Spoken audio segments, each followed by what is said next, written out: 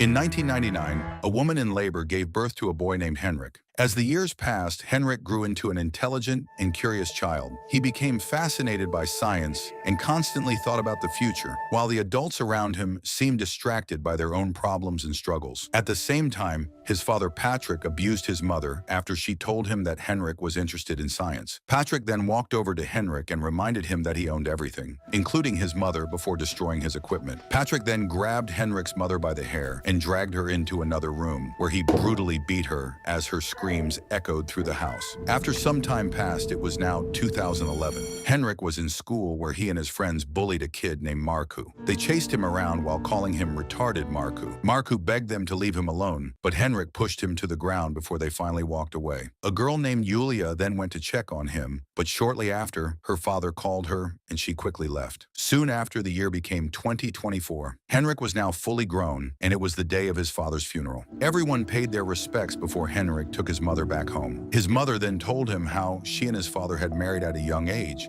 and that his father had only wanted what was best for him, which was why he never approved of Henrik's physics studies. Furious, Henrik slammed his mother against the table and shouted that she had allowed everything to happen. He then stormed out of the house while she broke down sobbing. Soon after, Henrik was in college while a professor taught the class as he and Sakari quietly talked. Not long later, Henrik received a text message saying that a company was interested in his scientific formula. The professor then called Henrik to the front, and Henrik began presenting his formula to the class. The professor mockingly asked him if his plan was to rewrite the laws of nature with his little project, and sarcastically questioned whether he thought he was Einstein. Henrik calmly assured him that it would eventually happen. Later, Sakari and Henrik sat together in a bar discussing their formula about quantum entanglement as an energy source. Sakari admitted that he could not solve the formula in time for the presentation. Henrik brushed it aside, saying that he brought him onto the project because he was different from everyone else and needed to see the bigger picture. He then received a phone call from a woman who told him that they had reviewed his idea, were very interested in it, and wanted to invest in him. She added that they wanted him to sign a contract before the end of the month. Soon after, Henrik presented his theory of quantum entanglement as an energy source. One of the professors questioned the unsolved formula and decided to put the project aside until the end of the semester. Shortly after, Henrik began yelling at Sakari in frustration, but Yulia interrupted them and explained how the superposition did not fit correctly before proceeding to fix the formula herself. Impressed, Henrik invited both of them to continue working with him. As time passed, they worked closely together and slowly grew closer, opening up to one another more each day. Eventually, Henrik invited Yulia out for coffee. As they spent more time together and talked more deeply, they gradually fell in love and eventually shared a kiss. Henrik signed the contract, and soon Henrik, Yulia, and Sakari continued working together. Henrik and Yulia fought, laughed, celebrated achievements, attended interviews, and eventually completed their formula together. As their success grew, Henrik and Yulia eventually got married. However, over time, Henrik became abusive toward Yulia, and the constant pain and suffering eventually drove her to take her own life. After a couple of decades had passed, the year was now 2064, and Henrik had grown old. Outside, a police officer waited for him to pick him up. As they drove through the streets, the world had fallen into complete chaos, with fires burning in the distance, trash scattered everywhere, and entire cities looking like places where people could no longer survive. Inside the facility, they explained to Henrik that they wanted to send him back in time to prevent global warming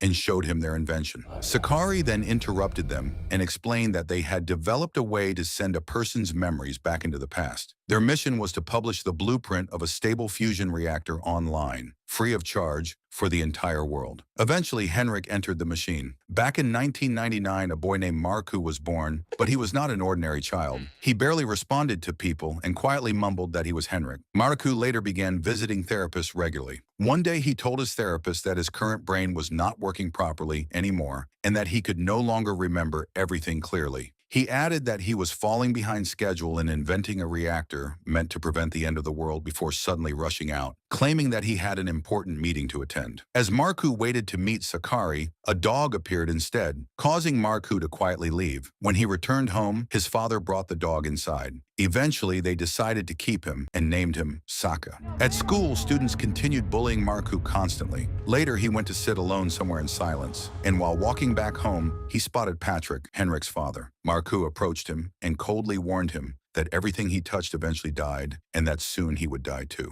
Disturbed by the strange encounter, Patrick quickly got inside his car and drove away. Years passed, and it was now 2024. Marku had grown up and was working as a mechanic. In secret, he had also been working on the project alongside Sake. When he finally activated the device, it immediately began creating smoke, making him realize that it still needed much more work. Later, he sat outside with his dog while watching Patrick's funeral from a distance and told Sake about how he had felt on that terrible day. While sitting there, he noticed Julia standing nearby with the real Henrik. Marku soon realized that they were running out of time and only had 3 weeks left. He then told Sake that he could not finish the reactor alone and that he would have to alter the events of the past. Soon after, he went to find the real Sakari and asked for his help. However, when Marku reached him and tried explaining that he was from the future, Sakari refused to listen and quickly started running away from him. Marku then applied to the university to work as a janitor. During the interview, the professor spoke with him, and Marku mentioned that he was deeply interested in physics, especially Heisenberg's uncertainty principle. Eventually, he started working there and soon spotted Sakari. Marku immediately began running toward him, but Sakari believed he was insane and once again tried to run away. Marku eventually caught up to him and started talking, but Sakari still refused to believe anything he said. Soon, Marku began telling him things he had never shared with anyone before. He then reassured Sakari that what he was about to show him would completely change his life and took him to see the project he had been secretly working on. Amazed by what he saw, Sakari immediately began asking questions. He then realized that the formulas Marku was using were the exact same formulas he and Henrik had been working on. Marku explained that the formulas would eventually lead to the construction of a quantum reactor. Sakari could barely believe that it was even possible to send someone's memories into the past. He then nervously asked Marku if he truly knew him and started panicking, claiming that all the laws of physics they believed in had to be wrong. Marku tried calming him down and explained that he and Henrik would eventually sell the rights to the formula, which would later lead to a catastrophic future. Sakari offered to quit the project immediately, but Marku told him that none of those things mattered anymore and that they had to finish the formula before Henrik signed the contract. Marku then revealed that there would be a third person who would help them complete the formula. When Sakari asked who it was, Marku refused to answer, saying that he had already risked too much by telling him everything else. Marku then tells Sakari to secretly take pictures of the information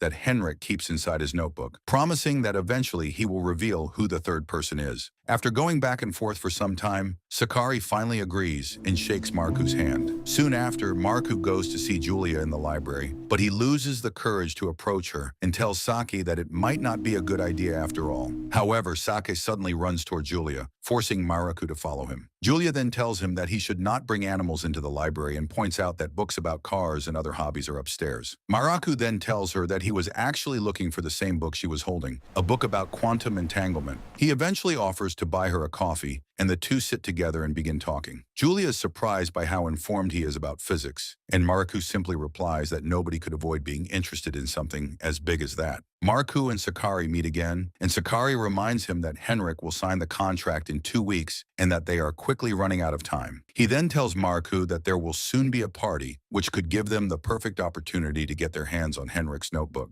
Marku warns him not to attend and instead makes an excuse to stay away. Later at home, while Marku was talking with Saka, his father walked in and told him that he found it adorable that he talked to the dog so much. Marku then began drinking and eventually decided that he was finally going to tell Julia that he was from the future. Saka tried stopping him, but Marku locked him inside the room before heading to the party. After he left, Saka started licking up the liquor that Marku had spilled while struggling with him earlier. At the party, Marku spotted Sakari and Henrik talking together, so he secretly triggered a false alarm. As the alarm sounded throughout the building, everyone immediately panicked and rushed outside. During the chaos, Julia and Henrik bumped into each other and escaped together. Meanwhile, Marku sat outside the bar until Sakari eventually joined him. Sakari then explained that Henrik refused to take no for an answer, but during the confusion, he still managed to steal Henrik's notebook while everyone was running outside. At the same time, Julia and Henrik sat together outside the bar, quietly talking to each other. Marku then returned home and found Saka lying motionless on the floor. The moment he opened the door and saw him, he immediately stormed back outside in distress. Soon after, he went to visit his therapist and asked if he could speak with him, but the therapist explained that adults were not his specialty, though he agreed after Marku offered to pay. During the session,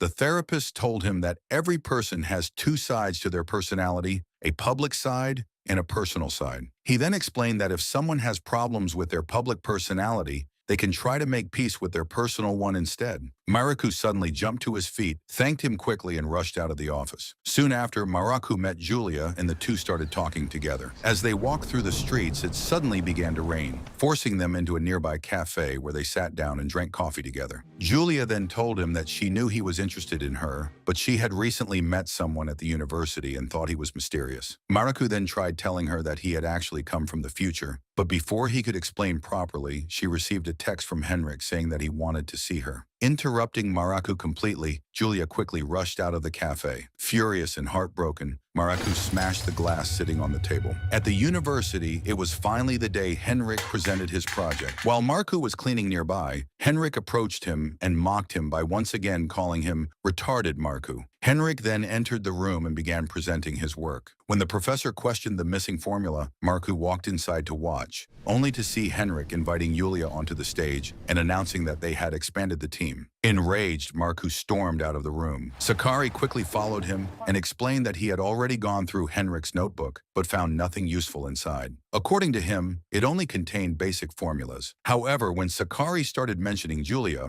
Maraku suddenly became aggressive toward him. Eventually, Maraku returned to his garage and started drinking heavily. Completely depressed, he sat there alone until Sake noticed his condition and went to bring Maraku's father upstairs to him. His father then quietly asked him what was wrong and wondered if it was because of a woman. He then began to tell him how, when he inherited his dad's company, it had already gone bankrupt and how it turned his life into a complete mess. He explained that he became a total wreck, but he eventually met an amazing woman who left him soon after. Years later, he met Maraku's mother and married her, and she helped him see things from the right perspective. He then tried to comfort him by telling him that you cannot own anyone. They hugged and his father went back downstairs. Maraku then tried to figure out what he was missing to complete the formula. Saka then brought Henrik's notebook to him, and he instantly had an idea. Soon after, Julia and Henrik were having coffee at a cafe, while Sakari and Maraku watched them from outside. Maraku then gave the notebook to Sakari and told him to trust him and take it to Henrik. He then went inside and handed him the notebook, and when Henrik opened it, he saw a message that said, "Your father lives in you." Seeing this, Henrik became angry, and Maraku then walked inside